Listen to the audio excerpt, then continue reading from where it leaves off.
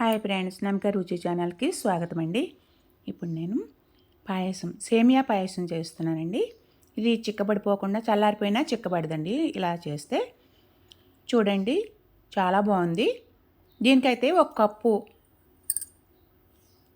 సేమియా తీసుకున్నానండి. ఒక కప్పు సేమియాకి 2 కప్పులు వాటర్ పోసి అవి పక్కన మరగపెడుతున్నాను.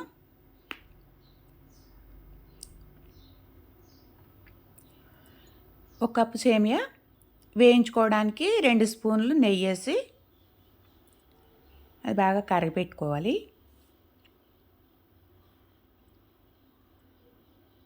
కరిగాక అందుట్లో జీడిపప్పులు, బాదం పప్పులు పలుకులు చేసి వేయించుకోవాలండి. అవి వేగుతున్నాయి అనగా అందుట్లో కొద్దిగా కిస్మిస్లు వేసుకుని వేయించుకుని పక్కన తీసుకోవాలి. అవన్నీ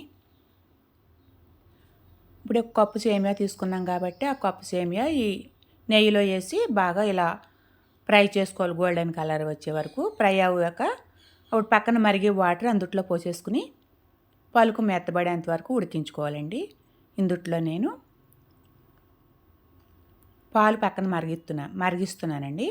అవి మరిగాక ఇలా పలుకు మెత్తబడ్డాక ఇలా మెత్తబడాలండి. ఇలా మెత్తబడ్డాక ఊరికే ఒక 2-3 నిమిషాలకి ఉడికిపోతుంది కనుక దానికైతే ఒక కప్పు సేమియాకి ఒక కప్పు బెల్లం తీసుకుని తరిగి పక్కన పెట్టుకున్నాను. ఈ పాలు కాగాక ఇలా 3 కప్పుల వరకు పాలు పోసుకున్నానండి. అందుట్లో చిక్కబడదండి, చాలా బాగుంటుంది. ఓకే ఫ్రెండ్స్, మీరు ఎవరైనా కొత్తగా నా ఛానల్ చూస్తుంటే సబ్స్క్రైబ్ చేయండి. పక్కనే ఉన్న గంట సింబల్ క్లిక్ చేయండి. లైక్ చేయడం మర్చిపోకండి. వీడియో నచ్చితే మీ ఫ్రెండ్స్కి షేర్ చేయండి.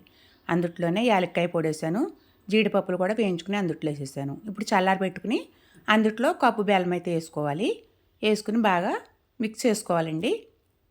గోరువెచ్చగా ఉండగా వేసుకోవాలి. బాగా వేడిగా ఉండగా వేసుకుంటే ఇరిగిపోతుంది కనుక ఈ చల్లారిపోయినా కూడా చాలా అసలు చిక్కబడదండి.